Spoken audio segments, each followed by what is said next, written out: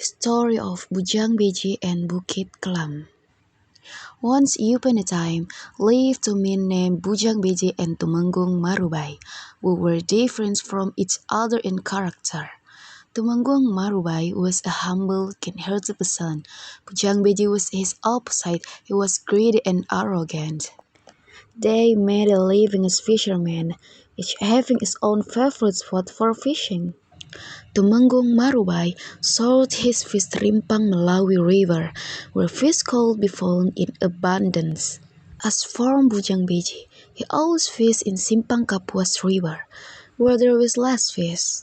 Therefore, it was no wonder that Tumenggung Marubay always brought home.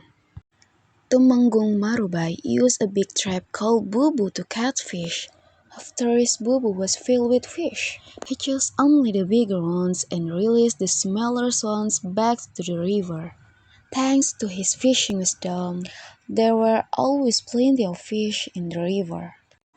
Realizing that he had never caught as many fish as Tumenggung Marubay did, Bujang Beji felt so envious that he thought of a way to beat him. An evil thought crossed his mind. He decided to catch fish using tuba, a fish poison extracted from darius root. He found it works. Fish were easily caught, more and more fish every day. But there was a greater problem that he did not realize.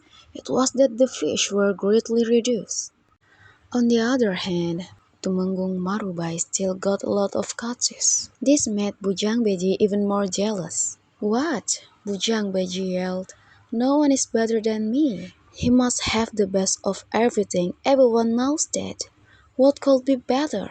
Bujang Beji was successful in catching many fish, but seeing what Tumenggung Marubay got, Bujang Beji was better. So Bujang Beji decided to get rid of Tumenggung Marubay's luck once and for all. Then Bujang Beji began to think and he found the way he thought was the best. The very finest idea crosses his mind. "I have to cover the flow of the Melawi River with a large rock upstream, so the fish will settle there," thought Bujang Beji.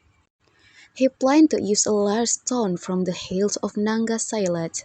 Then he departed for the hills. He broke the rock in his hand. Then all of a sudden, far away, he heard the sound of girls longing at him. His attention was distracted. Bujang Beji accidentally stepped on a thread. Reflexively, he dropped the stone that he was holding. Bujang Beji was caught in anger. Bujang Beji found that it was the Kayangan goddesses who laughed at him. "You will pay for this," he shouted as they stamped his foot, pierced by a poisonous thorn, on one of the nearby hills. Bujang Beji failed to cross the Melawi River, all because of the goddesses of heaven. "I will take revenge," said Bujang Beji. Bujang Beji planned to reach the land of heaven by using the Kampung Mambu tree, which is a kind of giant wooden tree whose end rises to the sky.